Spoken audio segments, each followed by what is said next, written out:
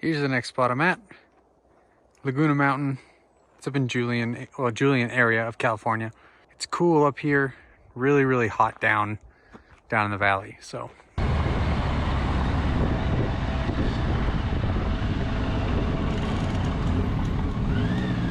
Pork. Everything? Yeah.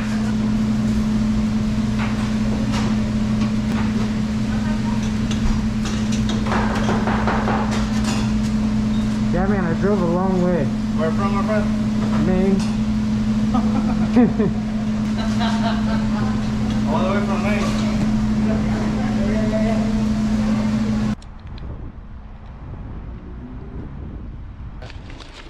I really enjoy riding it. Primarily for these tacos, I'd say, or a week. Nice, man. But I mean, I was stopping along the way, but Yeah, I was like, I might as well go to get tacos al gordo, man. They don't have the cow brain anymore, though. Yeah. They stopped serving that. Yeah, nice, man. Be safe out there. What's up, everybody? Welcome back. It's me, Merch, and I got my tacos El Gordo on full effect. I went out and I got 4. I probably should have gotten 400, but guys, I love these tacos. They are so good. They're fully loaded. They make the tortillas right there in front of you, handmade. Everything is fresh. Everything is cooked and made that day. There's nothing that's comes from a bag. You know, it's all fresh produce. Everything is very, very good. I love this place. And you got to make sure that you get the horchata on ice with a little bit of cinnamon. It is delicious. And go to the one in Chula Vista. Don't go to the one in Imperial Beach. That's just my personal opinion, and that is up for debate among seasoned Tacos El Gordo veterans. But we're not going to talk about that. We're talking about San Diego. That's what today's video is about. San Diego and Julian, California. Now, I spent 4 years in San Diego in the military. I lived here. I got to know it pretty well, and I kind of want to give you guys my opinion on this city. And I have a lot of nostalgia, so I just kind of want to throw my thoughts out there. First thing, beaches. You stick a bunch of letters next to a B, and you got yourself a beach. You got IB, PB, OB, MB, BB, whatever. It doesn't matter. Houses. Put them on hills made of crappy concrete, and people will pay millions. They will pay millions for that view, which is crazy. Look at this. These are the hills. When they say rolling through the hills, this is kind of what they're talking about. You're living on a 45-degree angle. You better have a good insurance policy and a good trash bin that doesn't roll down the hill. But these hills are no joke. They are incredibly steep. Palm trees. Put them everywhere. Why not? Slap them down like it's The Sims. They're literally everywhere. Why? I don't know. And gas lamp. This is the place in downtown. I think it's on 5th Avenue. Don't quote me on that. 5th or 4th. Don't remember. It's popping at nighttime. Probably not anymore because of COVID. But hey, whatever. It's a good place to go if you haven't been there. There's a lot of historic stuff down there. This is the Tijuana Estuary in Imperial Beach. This is the furthest area in the southwest United States that you can possibly go.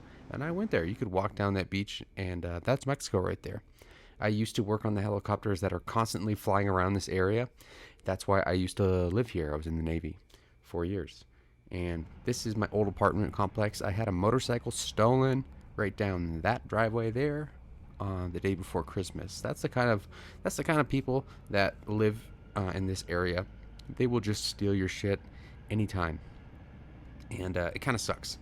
But get full coverage. If you're a motorcycle rider or if you have anything at all that's of value, get full coverage on it if you're living in San Diego, because somebody will steal it at some point in time. That's just the truth. El Polo Loco. That is real. I used to watch Breaking Bad, and when I saw that, I laughed. The San Diego traffic is absolutely nightmarish. This is a good day. People don't use blinkers. They don't see you if you're on a motorcycle, so you have to be very, very careful. Very careful when you're riding out here. Defensive. Riding as if you're invisible, and even then people will still hit you. I've actually had my boot hit by a tire on a few occasions riding out in San Diego. So Coronado Bridge right here, you can go across. This was my daily commute for a while, and I used to see this every morning. Normally this is backed up in the morning, so traffic is like crazy. This is Pacific Beach. This is where I got a lot of my tattoos. A lot of you guys ask, where you get your tattoos at. And Pacific Beach, I got a majority of them. I also got them around the world. But Pacific Beach, Garnet Ave is a really good place to go because there's just tattoo parlor after tattoo parlor in a row. And they're all top quality. So they're all competing against each other. Never get a tattoo in an area where there's never more than 5 tattoo parlors. That's a rule. I'm just saying. If you want a good tattoo, get it where there's a lot of competition. Beaches. Yeah, they go on forever. They literally go all the way up to the end of California. It never ends. It's ridiculous. If you haven't surfed, you should try it. And if you have $1 million, billion, trillion, you can buy one of these little houses here. And yes, these are ridiculously expensive. This looks like kind of like the slums, right? You're wrong. This is Pacific Beach, and these are ridiculously expensive condos. And they're right on the beach. They're right on the, I guess you could call it the boardwalk or whatever. This is like Mission Beach, I think. Like I said, they all kind of blend into one. They give them a different name. It's all the same thing. It's just a bunch of condos, a bunch of rich folks, a bunch of surfers, and a bunch of bums. Honestly, there's a lot of bums out there. But this is what you get. You get a nice little place, no privacy, no parking, no amenities, no protection, no land, but a lot of money. That's what you get. And also, 5 seconds from your house, there is a sort of like a vagabond community. This is the pier or the bay, Mission Bay. And also, not far from there, we got La Jolla Hills, where the rich folks like to post up. But the thing is that they don't have any land either. Nobody has any land out in San Diego, guys. That's why everyone is so sort of caught up with the money and the status and the jobs, because nobody has any land. The only thing separating people out there, and this is my personal opinion, again, guys, don't be offended by this, but the only thing separating people in San Diego is the amount of money that they have and the job that they have. I think that's why people get so caught up in that, because it's really the only thing separating you from being a bum, from being a successful person, is those things, because everyone is living in the same environment, the same nice weather. And when you come from a different area in the world, if you go on vacation to somewhere nice, that kind of makes you sort of more well off. But if the bums are living in the good weather and the rich folks are living in the good weather, that's the only thing that separates. So I think that's why you see a lot of people really flaunting the wealth out in San Diego, other than the fact that they have it. But that was just something that I came up with after 4 years. That's the only thing that made sense, because the California lifestyle really is something different. It is really something, and it's also very contagious, I found. I found myself getting a little Californian after being out there for a little while, getting a little spoiled. If it starts to rain, I would get a little upset, and if the clouds came out, I would be a little upset. If it got a little foggy, I would be kind of bummed out, and the rest of the world is so temperate, and you get used to that. You really get used to that. Even in the wintertime, it only gets down to like 60 in San Diego, and maybe gets cloudy a few times. So I would ride my motorcycle year round. And what we're looking at here, guys, this is one of my favorite rides that I used to have. I gotta be straight up with you guys. Since I have been riding on this journey that I'm on now, this adventure, I have found a lot more good roads. And actually, the next video is probably the best ride that I've ever had, exponentially better than all the riding that I've ever had in Southern California, but we'll get to that next. But this is Laguna Mountain, Sunrise Highway, up heading towards Julian in San Diego County. It is awesome. They pretty much blasted this switchback road out of the mountainside. I don't know who built this road, but my hat is off to those people, because it's not easy to do. To make these, they carve them out of the mountain. They really do. They take the time, and it's like they just see. Look at this. This is a mountain. They're like, okay, we're gonna put a road here, and it's really good riding. it's excellent. But you can see here the road isn't in the best condition, and also you have to worry about rocks falling onto the road. It's dangerous. I used to ride this very, very fast when I was in my younger years, in my 20s. I had a sport bike. I had a Suzuki GSX-R 600. It was 167 mile an hour stock bike. It was crazy. Give that to a 22-year-old and tell him have fun. That's what, that's the kind of lifestyle I used to live out here. I don't do that anymore, but I used to ride this a lot faster than I was supposed to. And if you were ever around while I was doing that, sorry. But this place is great. I love it. And the older I get, the more I appreciate the surroundings more than the road. I used to focus a lot on the road. Now I focus more on the surroundings. And it's funny how things sort of change as you get older. And I'm sure it will change again. But this is the Laguna National Forest Recreation Area. Like I said, don't quote me. I don't even remember. It doesn't matter because it's all the same. It's all these sprawling hills, these sprawling landscape. The vegetation changes a little bit. The hills always stay the same. That never changes. That's kind of one of the cool things about California, is that you just get a little bit of a different paint on the canvas, but the canvas is always these sprawling hills. It's always the same. It's steep and it's carved. It's S-turns, but sometimes you just get some different stuff to look at. That's what I've found, and I have been all over California, and even Arizona and New Mexico and Nevada. They're all kind of the same. It's just this sprawling landscape, and you can decide what you want to look at based on the roads that you drive and the areas that you're in, because it's not so populated. It's actually kind of a little bit more laid back, and not as many people know about it, in my opinion. There's still a ton of people that know about it, but not as many people know about it because it is kind of far out of San Diego, up in the hills. But there's a lot of good hiking out here. There's a lot of good weather out here. If you're trying to beat the heat and get away from that summertime August heat of like 85, 90 degrees, you can come up in the mountains. It's like 60, 70 degrees. It's always sunny. It's always nice. It gets down to cool temperatures at nighttime. It's very nice. This is Burnt Rancheros, I believe it's called. There's an old ranch camp. This is a campground. There's an old ranch that got burnt in fire. They named it after that. Go figure. But yeah, this is like a first come first serve pay area. You just drop some cash in there, and you put your little plaque on your campsite. And that is because the Pacific Crest Trail, it starts right here.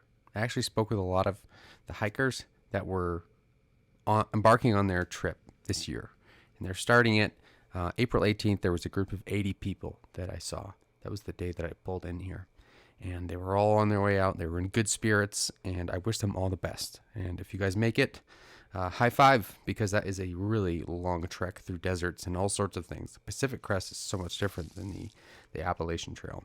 But this is my campsite. This is 62B, if you are interested in this specific one. There's a little cook spot. I don't have fires out here, guys. There's a bathroom over there. I don't have fires because fires are such a huge problem. I don't want to be the guy that burns down the national forest. So, just if you don't need to have a fire, don't. That's all I'm going to say about that. A lot of people like to have a fire, but it's so easy to burn everything down for everybody else and just cause a big problem if you're not careful. So please be careful with the fires. It is no joke.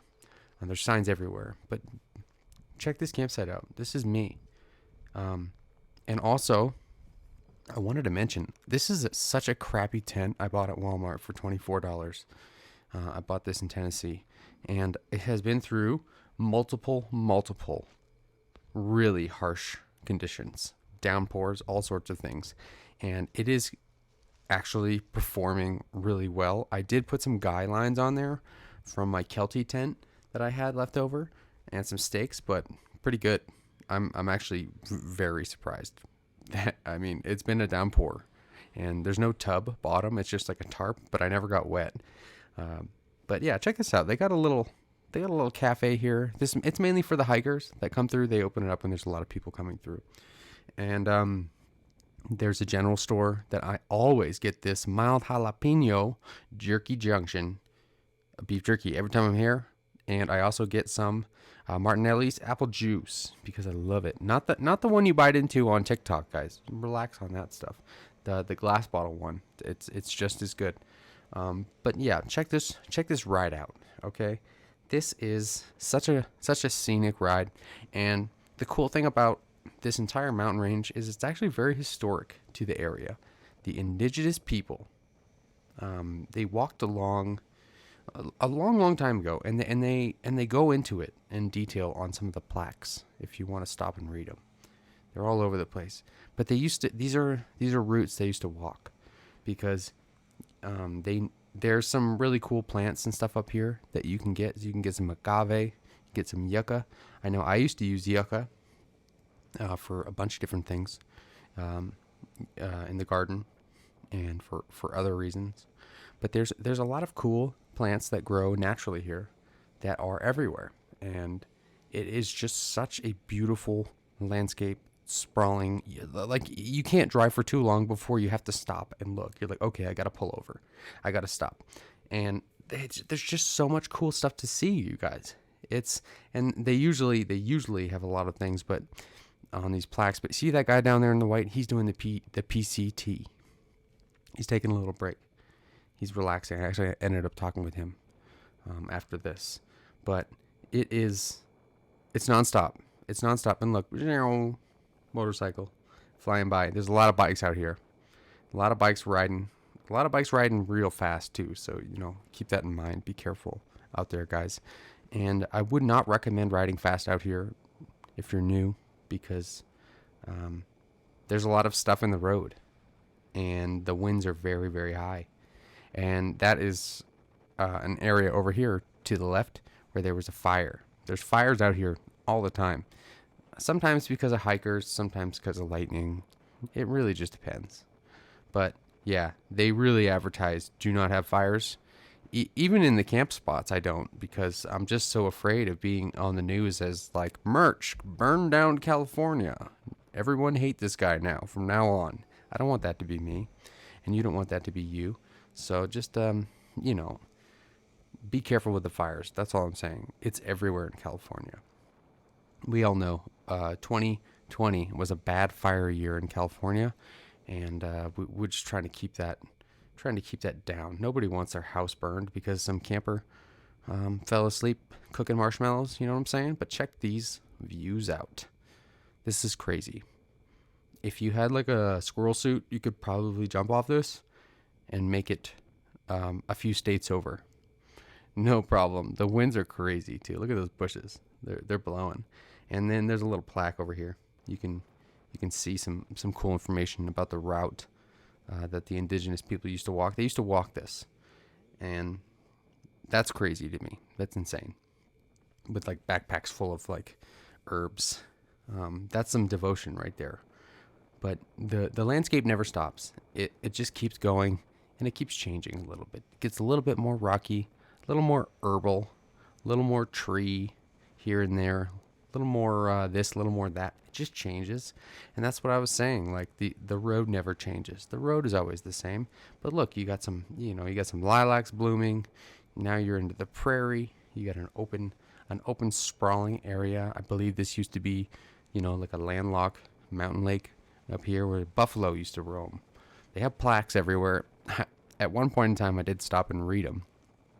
I don't do it anymore. I just kind of blow by, and I think in my head what it used to be rather than actually knowing. It's more fun that way, You can kind of make it up as you go. But look at these esterns. It never ends. This is California. California is a bunch of esterns, and they always lead to a nice little mountain town, which is one thing that I really love. This is Julian, California. If you've never been to Julian, California, this is a gold mining town originally where you can get some excellent apple pie. I'm telling you, if you guys haven't got some apple pie up in Julian, go and get it. It is worth the 2-hour wait. Ride your motorcycle up there and stay up here for the night. Know the history. It's awesome. They have a bunch of breweries up here. If you're a beer drinker, they make excellent apple cider and all sorts of apple products up here. They also have a really good just brewery up there. I don't drink anymore, but I used to, and that used to be my little favorite spot. Nickel, I think it was Nickel Beer Company. But that's not the coolest part of Julian, you guys. The coolest part of Julian, and this is top secret. This is my little favorite secret here. And I guess it's not a secret anymore. But if you blow through the town, of course, going the speed limit and obeying all traffic laws, you'll find yourself on this little windy road that goes out back that most people don't take because they go back towards the city. But if you go this way, you can really have yourself a nice afternoon of riding. There's nobody out here. It's nothing but farmlands and hills and cattle and horses and apple orchards and vineyards, and there's really nobody on the road. It's all you. You don't have to speed because you don't need to. These turns are scary, and they will absolutely ruin your day if you are going too fast. So go slow, enjoy it, and just take it in. The smells of the apple blossoms in the spring and everything right now is amazing. All of these plants that you see here, they all supply the apples and stuff that are going directly to the town, to those apple pies that you're eating, to those ciders that you're drinking. They do have a lot of really good fresh squeezed apple cider that I enjoy getting. But just look at these roads. It's so beautiful. It's awesome. If you have like a nice little playlist going on in your headphones, I know I like to ride with some music from time to time. Put on some nice relaxing tunes. Nothing too aggressive because this is a dangerous road, and there is gravel on the road. There is uneven pavement. There's potholes, but there is a lot to see. And that's the one thing about the Californian roads that really takes me back is the windiness, and who planned it out always baffles me because they can never decide on a direction. They're like, we're going to go this way. They're like, no, we got to go over here. And they're like, no, wait, no, that's not going to work. We actually got to go back over here. And then we're going to put a farm right here. And then, okay, there's a switch back here. It's ridiculous, guys. And they're like, we're going to make this road only 4 feet wide just so that we can get like one cow through here. And it's nonstop. It keeps going and going and going. But if you want to get good at riding some switchbacks, check out here. This is a good spot. Go slow, but it is beautiful. You can really hone your craft of tight turns, braking, trail braking, using both brakes at the same time, downshifting, using your clutch as a sort of a mechanism to slow you down, as well as utilizing your entire tread on your tire, using your body to move your weight around, to shift your weight. If you put your body out towards the center lane and you push the bike back up, you can really work on some strategies that they teach you in the basic riding course out here, without the prying eyes of everyone and without the stress of having somebody behind you. This is a really good spot to learn how to take corners, and you can do it slow. I'm actually going very slow throughout this entire section here, but I'm having a good time. You don't have to go fast to have a good time. And cornering is motorcycling. I say this all the time. A lot of people think that, going fast in a straight line is what motorcycles are all about. But that is so far from the truth, in my opinion. I think cornering is motorcycling. Seeing the corner, taking the corner, and having the nice route. I think that's what it's all about. And it dumps you out into a Winola, which is a nice little town. You can get some apple pie and some pizza. But check it out. That's not bad for a bagger. I'm finally using some of the side tread. I've been using the middle for like the entire trip. So I was like, man, I have so much side tread. I have to use it before I replace these tires. But yeah, it was a good ride. It was nostalgic. I probably won't be back here for a long, long time. But there is, if you're a fisherman, and you have like a motor home or something like that, and you don't want to necessarily go that way because it is kind of, it is kind of windy. You can head out over here. There's a lake, and it is a man-made lake, like most lakes in California. They just kind of like block off a stream, and they make a valley into a lake, and they usually have to stock it with fish. But there is a nice little lake here, and you can catch some decent fish. They usually, I think they put like rainbows and all sorts of things in there. Grouper, I'm not really sure. But if you keep going after the lake, there's another nice little windy road. It never really stops. It just goes on and on and on like this forever. No joke. It is baffling how many windy roads there are. And who designed them, I love you, because thank you so much. It is so fun to ride. I never get tired of it. I could do this for the rest of my life. I keep saying that, but I really could. Following the white line and the yellow line in between, bouncing in between like a game of Pong, it is something that I really enjoy. It takes all of my stress away. It takes all of my thoughts and things that I am normally worrying about. They're gone. I am just worried about this, the little swerve, the little weaving, the little bobbing, the things to look at along the way. There's always a mountain to chase, and there's always a new road to find. And there's a nice campground right here too. If you are one of those dudes that wants to camp and have a nice shower and all that, this is a national park recreation.gov one that you can probably reserve right now ahead of time on your phone. And it's pretty cheap.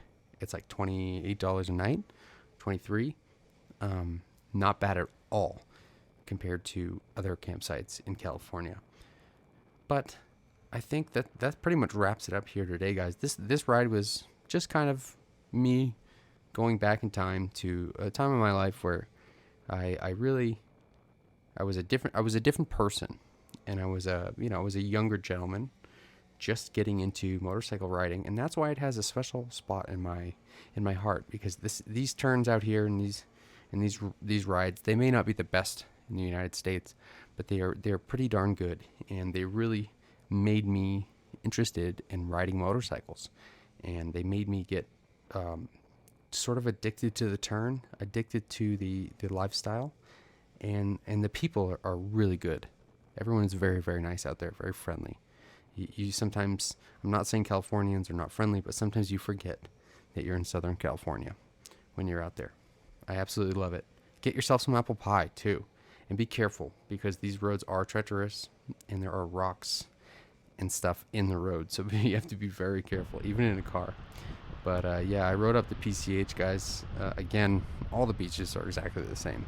This is what they look like. This is like Laguna, or where is it, Malibu? It doesn't matter. They're all the same. But I went up to Kern. This is a campsite that I found along the way. We're going to go into this in the next video. I had a really good ride. The next video is going to be more of a riding video, I guess. I might even put some music in the background because it's going to be really, really long. But I just wanted to let you guys know ahead of time. A lot of riding footage, not much talking. There's not much to say about it. It's just a crazy ride. And I had the camera rolling, so I couldn't turn it off. I have to show you. It was really, I think, my best ride that I've ever had. But yeah, did a little fishing here too. Didn't catch anything, but I tried. I did my best. I borrowed a pole from a dude. But all right, guys, I'll see you later. Peace.